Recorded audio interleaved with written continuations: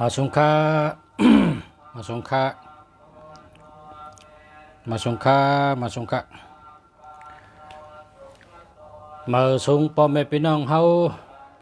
ผู้ถ่อมยินเฮากูก็กูก้นค่าฮักกูก็ค่ามาสงค่า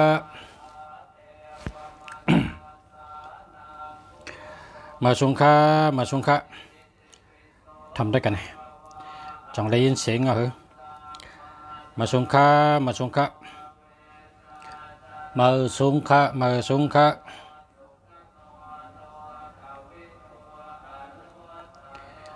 มาสงค่ามาสงค่ามาสงค่า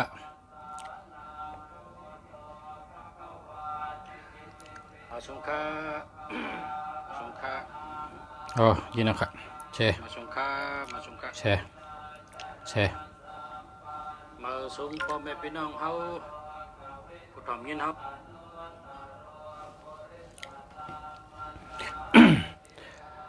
มาสงค่าพ่อแม่พี่น้องเฮาผู้ถ่อมยินเฮากูก็กูคนในการสละเปต่างในพอเคยเฮ็ดจอมนะพอวาสนาป้าพอวันอาทิตย์ในเสือสีเหลืองนะครับนะวันอาทิตย์เสือสีเหลืองพ่อแม่พี่น้องเขาพอเคยเฮ็ดจอมสละเปต่างเขาพอวันอาทิตย์เสือสีเหลืองนะครับวันอาทิตย์สีเหลืองวันจันทร์สีขาววันจันทร์สีขาววันอังคารสีของวันอังคารสีของวันพุธสีเขียว วันพุธสีเขียววันพุธสีเขียววันพัดสีส้มวันพัดในสีเบิกหมักจอกนะเพราะวันพัดในใส่สีเปลือกหมักจอกชุกนั่นกันนะเพราะวันพัดในใส่มันนังสีเหลือง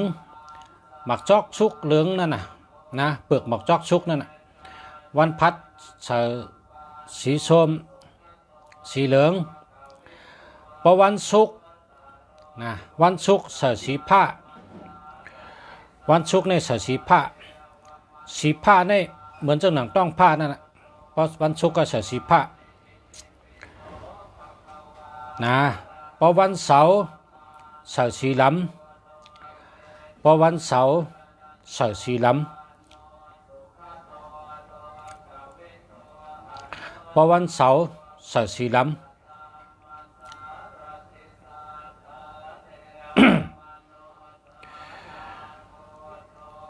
พอเขาขาหู้ว่า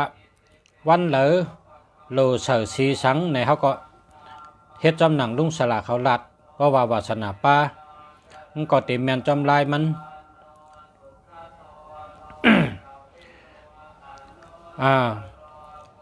พอเขากว่าเฮิรนเปินพอกระเจ้าเปินพอกระเลเปินอย่าไปเสือสีล้ำอย่าไปเสือกวนสีล้ำเพราะว่าเสือกวนสีล้ำเสือสีล้ำนี่มันป่องว่าสุดต้องมุงมองให้มันสุดเชียงยาวในว่าวันเสาร์ในสีล้ำนะวันเสาร์ในชุดเมียงแทงนะมันเป็นวันชุดเชียงเพราะฉะนั้นพอเขาเด็กกับเจ้าปีน้องเขาเด็กกับเจ้าใต้ก็เขาเด็กกับเจ้าปีน้องสละสมาใต้ก็ใต้เสกว่าเจ้าลองอยู่ดีกินหวานกว่าเจ้าก้นอยู่ดีกว่าเจ้าไผก็ยากห้ามเสือโคล้ำห้ามเสือสีล้ำเพราะเสือสีล้ำโคสีล้ำกว่าในบอกว่าสุดต้องให้มันเจียวตายไว้ในว่าอาทิตย์เปมันให้มันเจียวตายไว้ในว่านั้นพอเป็นก้นเป็นเฮาเสือโคล้ำก็บอกว่าเฮาเจียวตายละพอเฮาเอาของล้ำปันกันในบอกว่า เพราะเป็นก้นเป็นก็เขาเจ้าตายเฮละเพราะฉะนั้นก็ปฏิก็เจอก้นเป็นก็เจอก้นหนาวก็เจอพี่น้องก็เจอได้ก็เจอเผยก็อย่าไปใส่สีดำนะสีดำเนี่ยเปิ้นห้ามเพราะเป็นเปิ้นมังกรซองแต่งงานซ่อนมิงกบกูกินแขกกับซ้อมเฮ็ดป้อยกินเกี่ยวเฮ็ดวันเกิดเฮ็ดป้อยมังกรล่องไรก็ขึ้นเฮิรนมาเปิดแสงมาจะไหนอย่าไปใส่เสื้อโค้ทสีดำละเพราะสีดำบอกว่าเฮมันเจียวมวยเจียวตายอาทิตย์ปีบอกว่าเจ้านั้นเย้าก็พอกว่าก้นตายเนี่ยโลเสื้อสีดำและสีขาวสองเมียวกันเพราะเสื้อสีขาวเนี่ยบอกว่ากัดเย็นเพราะเสื้อสีดำบอกว่าจะเรียกจอมบอกว่าเจ้านั้นเพราะกามาสาปังก้นตายเนี่ยห้ามใส่โคลายหมอกลายล็อกลายหมอกลายเหมอลายเชนลายสังก็อย่าไปใส่ละนะโคลายนะมันเป็นมังกรอ่ำดีเย้าก็พอเป็นลองก้นตายเนี่ยเนื้อมาสาปังซ้อมเนี่ยอย่าไปเลี้ยงข้าวซอยอย่าไปเลี้ยงข้าวเชนอย่าไปเลี้ยงแก่สานพอเผาเลี้ยงแก่สานข้าวเชนข้าวซอยบอกว่าสุดต้องให้มันตายทั้งจุ่มทั้งคือตายทั้งเจอทั้งจุ่มตายทั้งยุ่มทั้งคือตายทั้งคือวันไหนวะอาทิตย์เป๋งอันนี้มันบอกว่าในแกมลอก้าเขาเจ้าเต็มไว้อะไรหู้กันไว้เย้าก็พอเฮากว่าอันเปิ้นก้นตายนั่นปกัดไตเตี้ยนนั่นเฮาไตตนเหลวก้อยนะ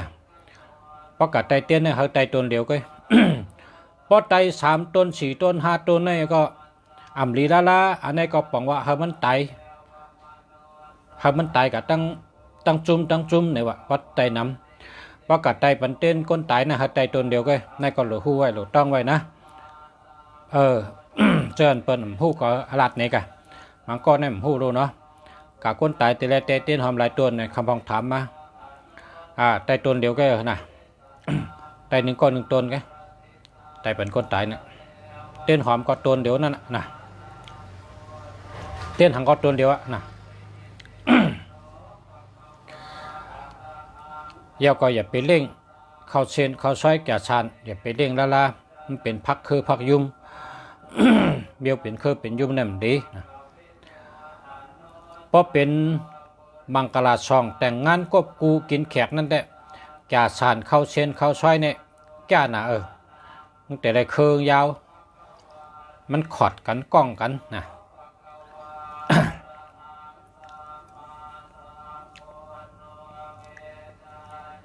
ตัวหมายพงก่อนนะพอมีพี่น้องถามมาลำหนาวด้วยกรรมค่ะเนาะเอาค่ะ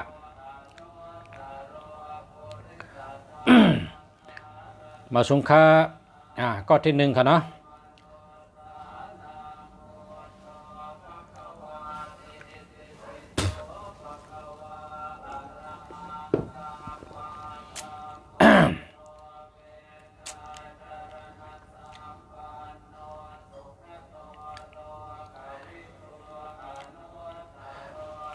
เผาสงค่าก็ที่1ค่ะ082 328 6545อันนี้เป็นสัตเทในก่อนนี้เป็นสัตเท328ในเงินก่อนเยอะ328 6เงินก่อนใหญ่6556เนี่ยเป็นสัตเทว่ะ4554เนี่ยเป็นก้นมีปีญามีตังหูอันนี้ดีอันนี้ก็มาสุงค่านะมาสุงค่ามังกรบาเสียคู่เมืองดีมาสุงค่า มาสุงเหมือนกันค่ะมาสุงเหมือนกันค่ะ063 532 328 489อันนี้ก็แรงเงินนำมันเนี่ย097 944 934แล้วก็45อันนี้ก็ดีค่ะดีเต๊ะๆค่ะนะ097 944 อั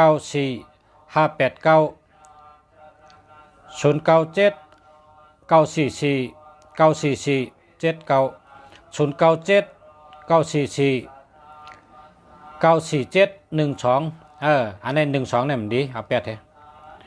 12เนี่ยมันดีเอา8เถอะ0979737854อันนี้มันดีเอา8เถอะ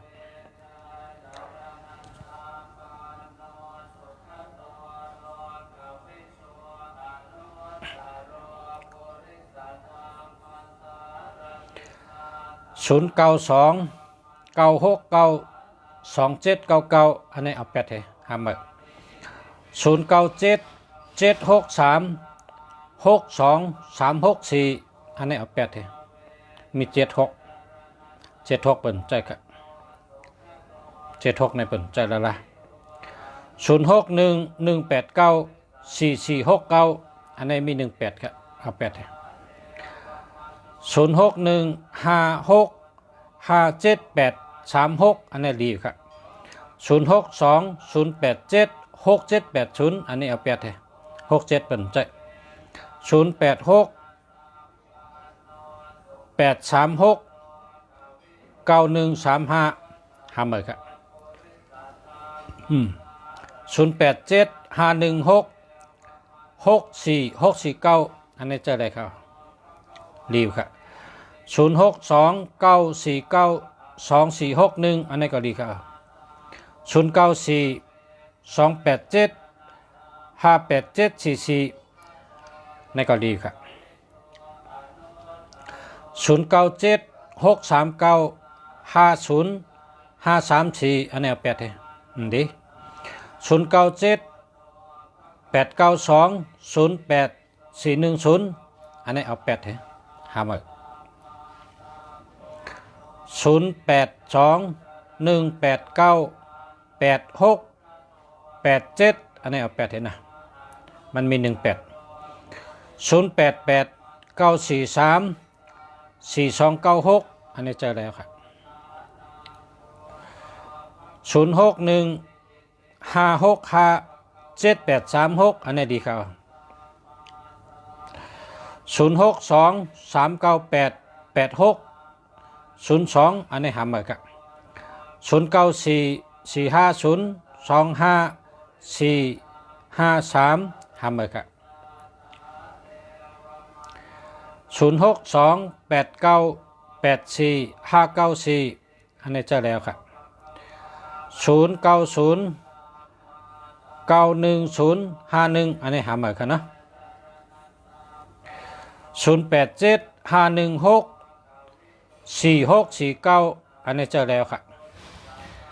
0945544434แต่เก่าเงินกระจายมันปัดตัวเงินให้ตัวหามครับ098780230005หามครับ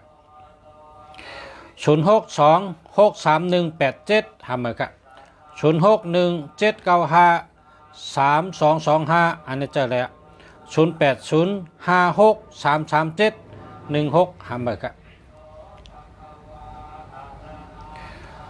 0868369135หามครับ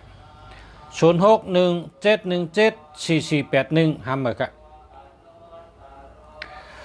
0864898400หามครับ0615657836อันนี้ดีครับ0616916921หามครับเอา8แล้วก็หาม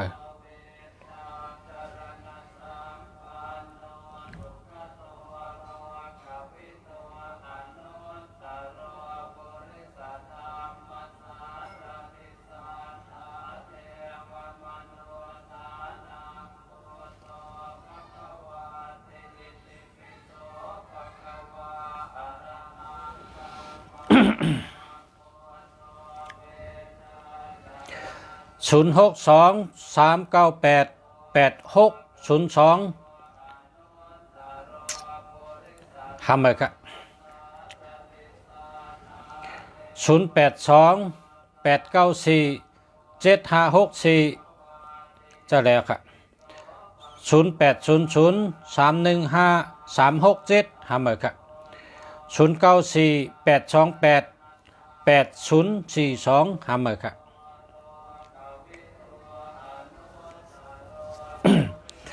0660088919หาเมอครับ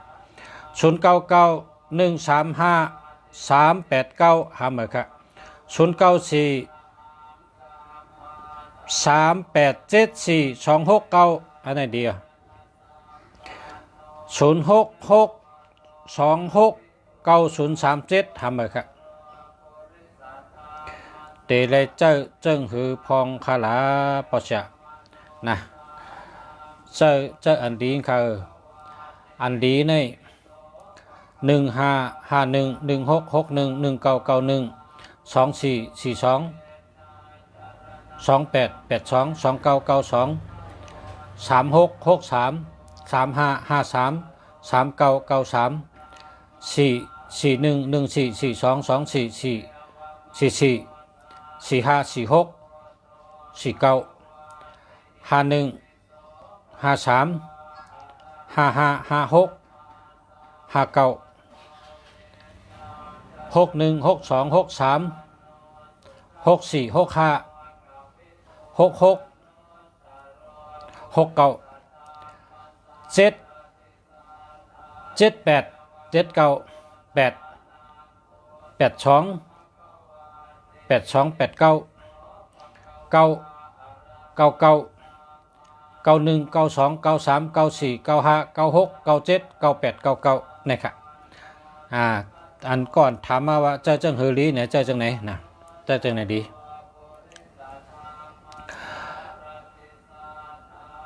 0882465534อันนี้เดียว0628292355อันนี้ก็เดียว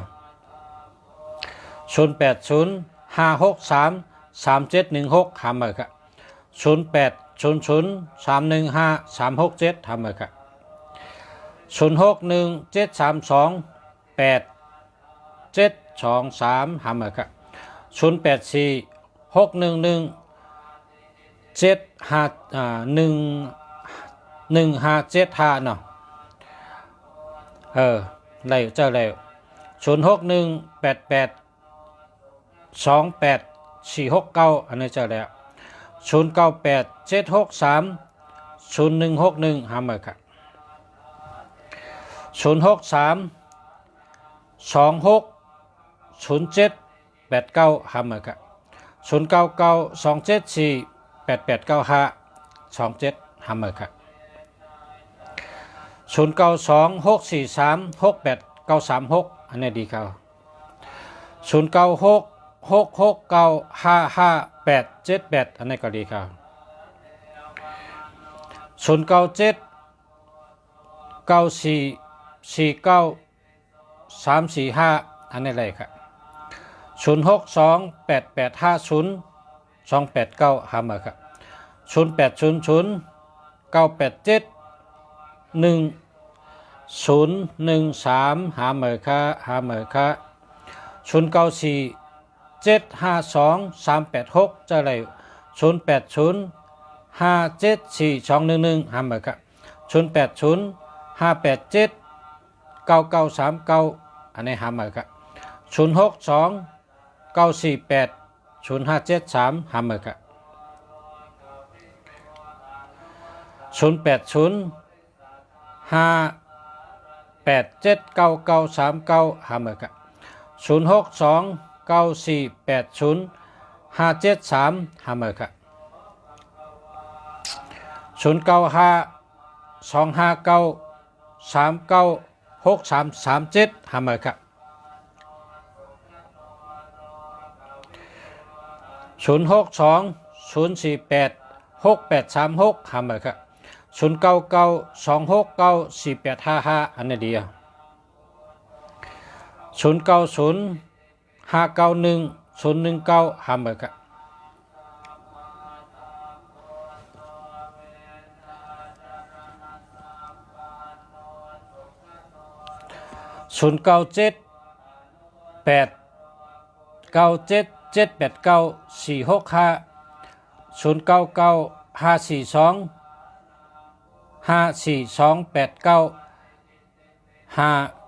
เอาหลีทั้งสองอันกะ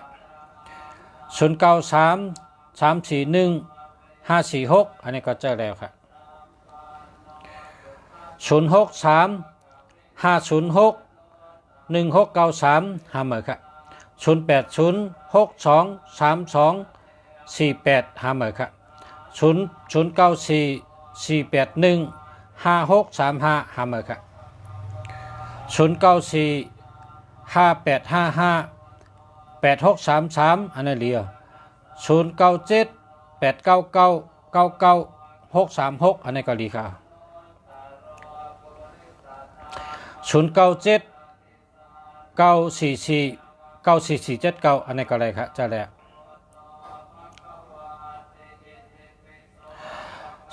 กันนะมาสูงครับยินจมครับ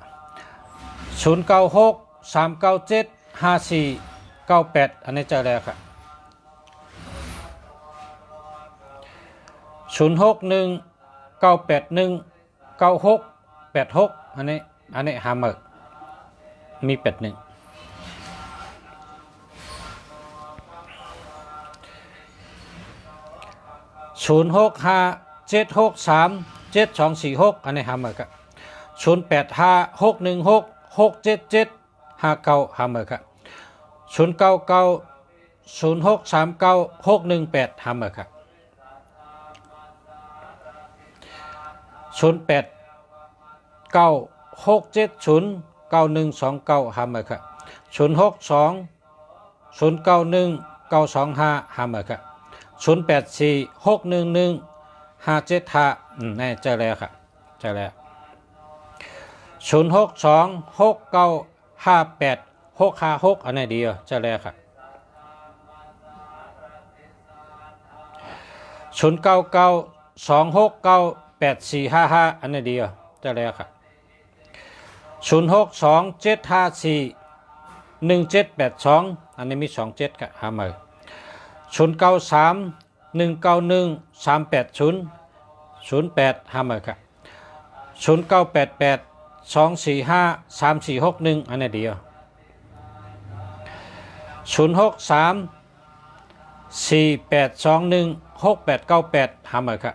06169169216921หาเมื่อครับ0940201797หาเมื่อครับ0809870113หาเมื่อครับ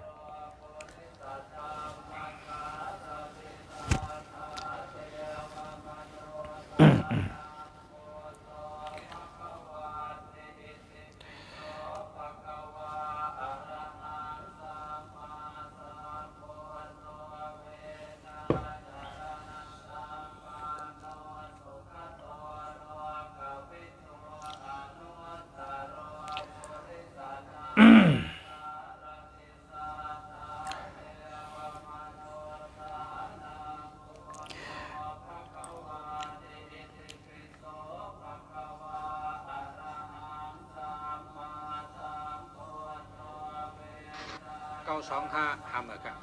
08461198701113หาเมื่อครับ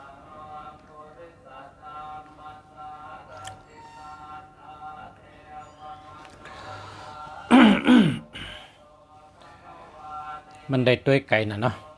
ตัวเล็กนะ0988176256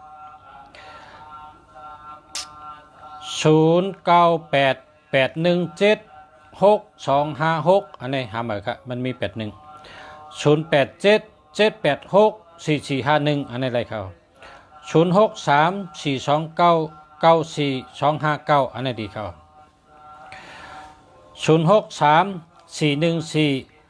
0634146128อันนี้หาเมื่อครับ0948266793อันนี้หาเมื่อครับ0894849834จะแล้วครับ0933492253จะแล้วครับ0995541513หาเมื่อครับ 0988245341เจ้าแล้วครับ0975894429หาได้เจ้าแล้วครับ0805127718ทำเลยครับ0648719284แล้วครับ0935411546เจ้าแล้วครับ0943282593อันนี้เดียว0654853289อันนี้ดีเต๊ะ0629480573อันนี้หำเลยครับ0888399736อันนี้หำเลยครับ0945546647อันนี้เจอแล้วครับ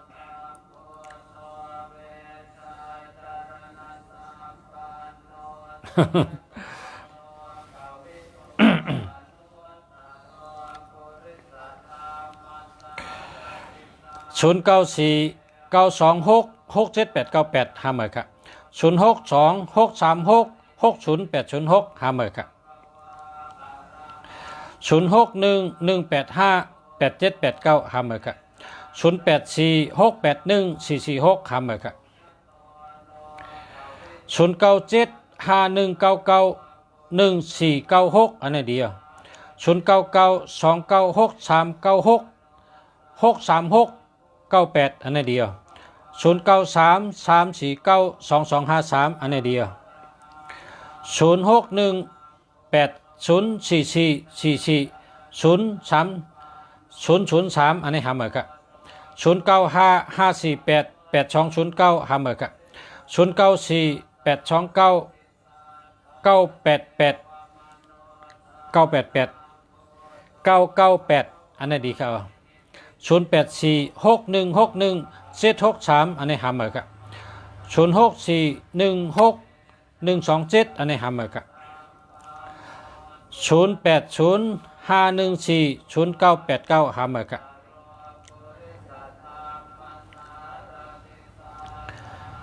0846161763ห้าหมื่นครับ0968160230ห้าหมื่นครับ0968160230ห้าหมื่นครับ0846161763อันนี้มีหลายคำผมนะถามมาเด็กๆนะดีครับทำไปนะ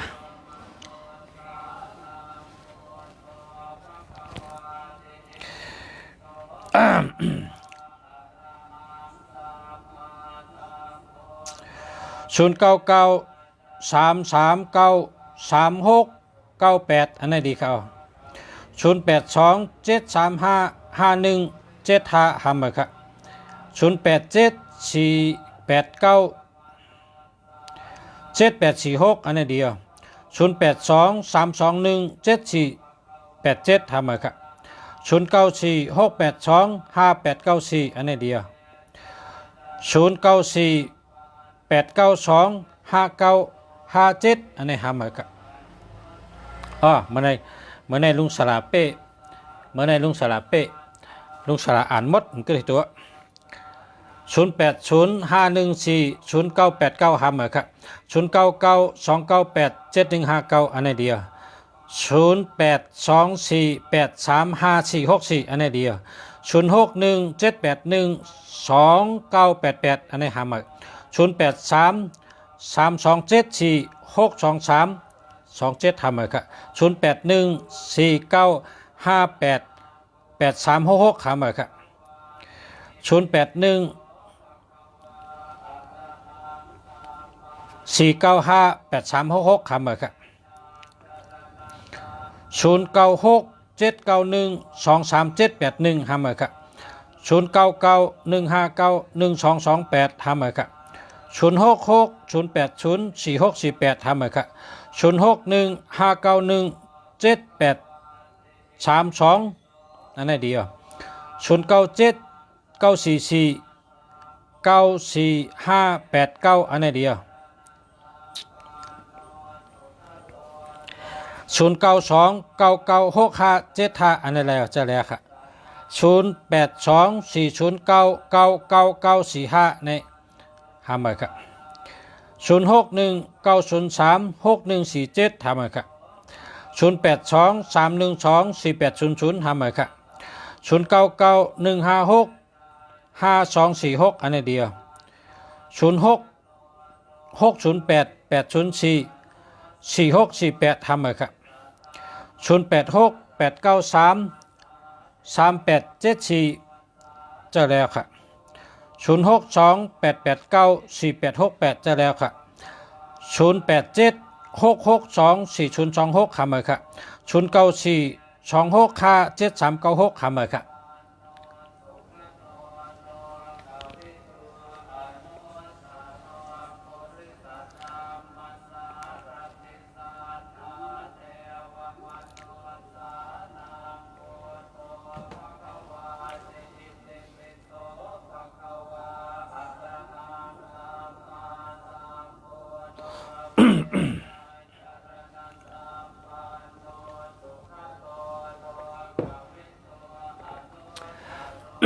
อุปกรณ์นั่นแหละอ่านนำนะตาก้นนะ30 นาทีเขาอ่าน30 นาที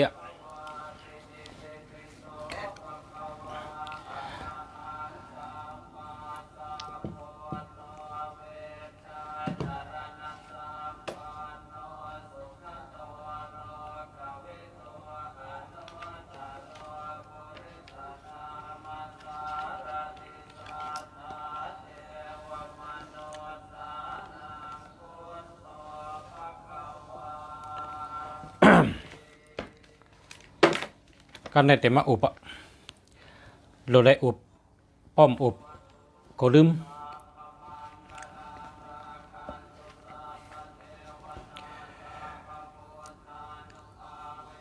มาสงคาตัวหมายพงนำไหนอ่านเฮียก็ตาก้นน้ำตาเพราะอ่านหึงก็น้ำตาออกตรงเด็กเมื่อเร็วเต็มมาอุปครับนะเต็มมาอุปอันข้าวเตอุบในอุบลองเฮาปอมเมพี่น้องพุทธมีน้องเขาไล่เป็นสัตเทอุบเฮาชูจะเป็นสัตเทที่หนึ่งนะที่หนึ่งเฮิรนหนึ่งหลังเฮิรนอันเขาอยู่เช่าหนึ่งหลังนั่นเนื้อเฮิรนหนึ่ง เนื้อเฮิรนหลังหนึ่งนั่นอันลำลองเลยเปิ้นโหเจอเฮิรนนั่นเป็นที่ราคาเป็นทางขี้นั่นเป็นโหเจอเฮิรนเพราะเป็นก้นเขาก็โตก้นตั้งโตมีโหเจอหนึ่งดุเพราะเป็นเฮิรนหลังหนึ่งทางขี้นั่นเป็นอันลำลองเลยเปิ้นเฮิรนหลังหนึ่งพอเขาเฮ็ดเฮิรนทางขี้เราได้แต้มลงนะอันนี้ขาขึ้นดัดขึ้นว่ากูสู่เจ้าลืมพอเฮ็ดเฮิรนพักตูเราได้ผุยเข้าพอเฮ็ดเฮิรนตีนพักตูเราได้มีพอเฮาลูกตีพักตูเข้าเฮิรนเฮาหันเข่งพลากำเดียวจังไหนจังไกเมียนเมียวมันพักตูเฮิรนหนึ่งหลังหากมีสองหูเกหากมีพักตูหน้าพักตูหลังก็ปอยาวพักตูปัดแดงมีน้ำกระหือก็อะไรอยู่พิษปอนนอนโลได้กลางพักกลางยุงหนังหือเตไรอยู่ดีกินหวานอายุยืนยาวปื้นเฮิรนเตไรเป้งกันพอลูกพักตูเข้าผายขวามือเป็นตาก้นใจนอนผายซ้ายมือเป็นตาก้นยิงนอนก้วยกะปอเป็นเมนอนผายก้นใจอะไรอยู่ปอเป็นเฮิรนสองจั่นปอเมนอนจั่นเตอลูกล้างนอนจั่นเหนือจังไกเมียนเมียวมัน ก็เปว่าเฮิรนหลังหนึ่งก็เหมือนต้นไม้ต้นหนึ่งนั่นค่ะต้นไม้ต้นหนึ่งก็เงามันอยู่ที่ลิ้นหากมันโหมันอยู่ที่ลิ้นค่ะพอขึ้นเมื่อตั้งเหนือนั่นเป็นกิ่งมันเป็นเวอร์มันก้อยค่ะ พอเป็นเฮิรนหลังหนึ่งเพราะว่าปอเมนอนจันเตอลูกล่างมือนอนตั้งเหนือป่ไหนลูกล่างแต่เป็นก้นใกล้ว่าง่ายถ่อมความเฮ็ดการจอยปอเมเลี้ยงดูลุ่มลาปอเมดีๆงามๆก็เปือว่าเขาอยู่ที่เวอไม้กิ่งไม้ค่ะก้นอันอยู่ที่เงามันจำเป็นปอเป็นเมมีปรามีมีอำนาจลาดชังกอก้นเฮิรนถ่อมชบเอากามกูเมียวค่ะในเป็นเปิงลองอยู่เฮิรนเฮาแมนเมียวมันค่ะ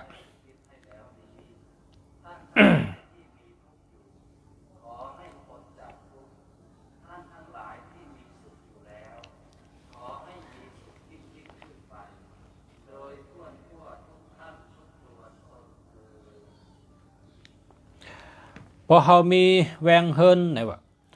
พอเฮามีแวงเฮิรนเฮาเฮ็ดเฮิรนในกลางมันอย่าไปจับไผ่เลยนะอย่าไปจับไผ่เลยพอจับจึงเป็นเฮิรนจับผักนะหรือเฮ็ดในกลางมันเฮิรนอย่าไปปันมีหูป่องพอเฮิรนมีหูป่องป้อนในจึงเป็นยอกาที่ต้องนะครับ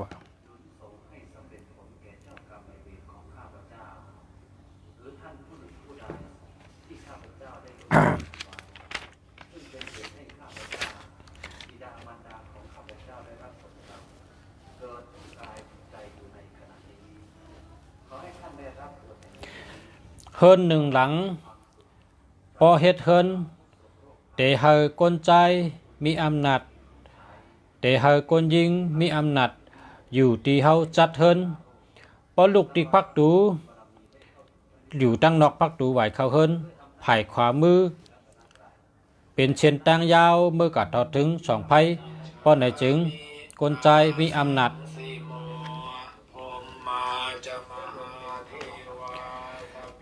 เพราะเป็นอยู่ที่พักดูเหเข้า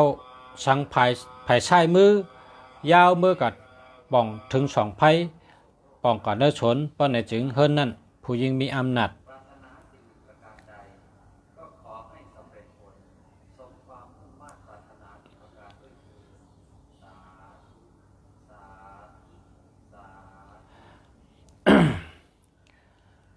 ปืนเฮิรนอยู่ที่พักดูเฮาไรเป่งกันหมดก้วยกาปอกกะฮอดทางขี้เฮาทางขี้เต็มลงปอกกะฮอดสองไผ่เฮาสองไผ่เต็มลงเพราะในจึงไรว่าถูกแม่น60อยากไข่นงเย้าพักดูผุยเข้าไรเศร้าอยากไข่นง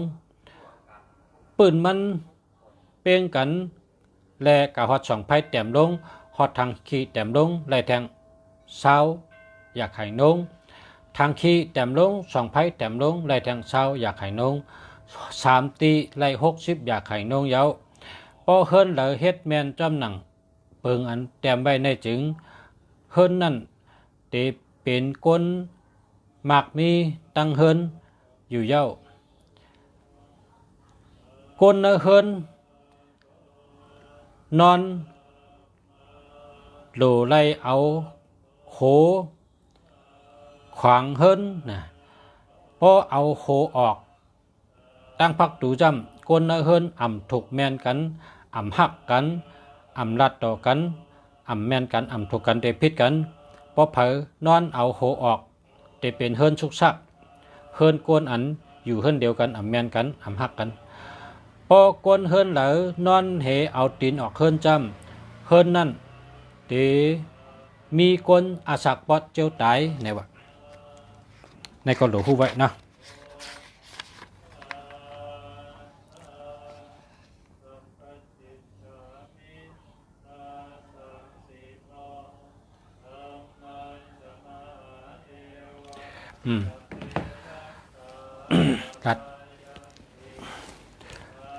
ลัดกันนั่นก็แล้วก็ลัดนำกลมต้องโอ้มีพี่น้องถามมาทางนำเจ้าแชร์ยาวค่ะในว่าก็ในแชร์ก็ด้วยปัญหานะก็ในแชร์ยาวหักยาวลืมหยาบนะหาด้วยกันหักด้วยกันพอเปิ้นหักเขาก็หลหักเปิ้น พอเปิ้นแช่เขาก็หลุดด้วยเปิ้น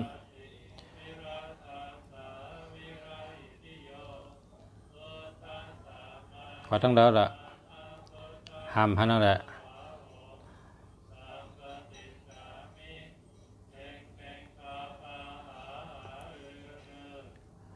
แต่มาเหมือนค่ะห้ามหันนะค่ะหันนะค่ะแต่มาเหมือนค่ะพอแม่พี่น้องเฮาที่ขาหักกูก็ค่ะเฮาสู่เจ้าไรเจ้าหมายพงหลีเฮาเป็นคนมีเงินมีคำนำกินเชงดุมเชงเฮาเงินคำสู่เจ้าในไหลมาหนังน้ำคงลงมาหนังน้ำปังสายเงินสายคำสู่เจ้าไหลเข้าเฮิรนเขาเย่เหมือนหนังสายน้ำคงเหมือนหนังลงมาประดังสายน้ำปัง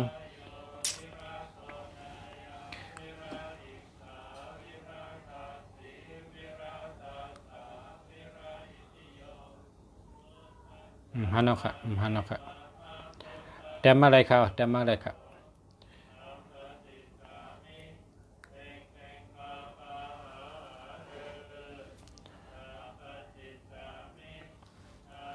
มีกล้องอ่านนั้นก็แน่ก็แล้วก็หรือเฮือ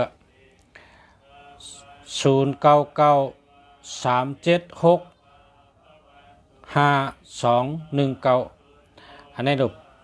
หาเมอ377621นะเพราะก็ซื้อแทงเนี่ยอย่าไปเอานะ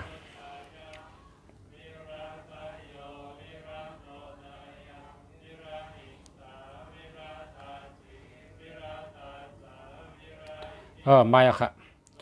0628894868อันนี้ดีครับดีครับ0626308494อันนี้หาเหมือนกันนะแชร์ยาวค่ะแชร์ยาวค่ะ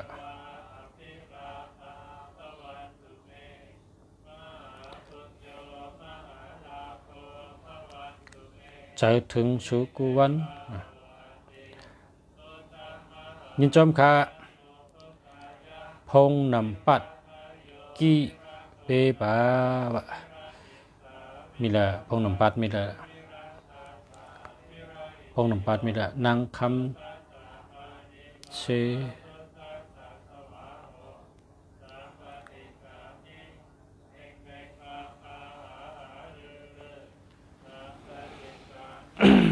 มา0952618877นะห้ามเลยครับ18ในเป็นเจ้า1881ในรับสิ่งพิษพอเผอมีหมายพง18อันนั้นก็81ในเหมือนตั้งเขาไปตั้งกลางคืนเขาเลยกว่าเนื้อรับสิ่งไพ่ทัดก็มีเลินก็แรงไพ่ผ้าก็มีเลยไปเนื้อรับสิ่งนั่นน่ะเหมือนนั้นนะภาวะจัดปานเขาพอเผอเจ้า1881ในรับสิ่งชุดโจปานนะ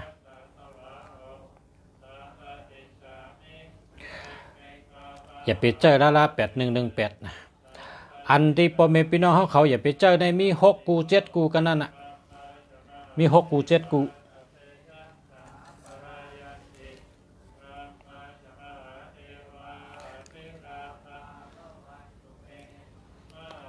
เนี่ยไม่2ป๊อตในเปิ้นห้องว่ากูหนึ่งไม่2ป๊อตในเปิ้นห้องว่ากูหนึ่งเพราะ2อันในประมาณ1กูอันมีตีเปิ้นว่าอย่าไปเจอในมีหมอก6กู7กูไงนะอันตีเปิ้นว่าอย่าไปเจอเนี่ยนะมี6กู7กูไง6776372718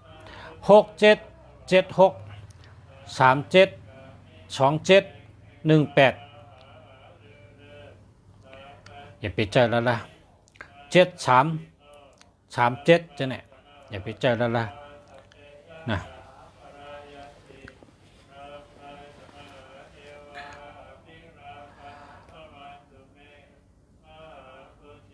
เพราะว่าเขาเจอหมายพงดีเจอก็เกี่ยวเจอเกี่ยวตัวเกี่ยว หาเงินก็เลยง่ายยอกกาก็เป็นมีคนที่ปังลงเนี่ยเมื่อกูปอกนั้นก็เป็นยอกกาน่ะเฮก็เป็นไม้พงมันเฮก็ตั้งแต่เป็นไม้พงมาเนี่ยไล่3 ปีเนี่ยมันเป็นทางในปอกไม้พงนี่ก็เฮ็ดให้ใจเกี่ยวเพราะใจเกี่ยวก็ยอกกาก็เป็นนะเพราะใจทุกข์ก็ยอกกานำนะ0803945683อันนี้หาหมดครับหาหมด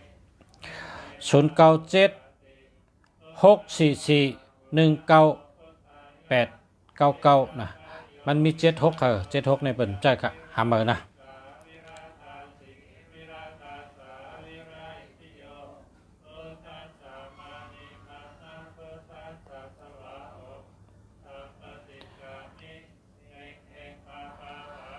0993098432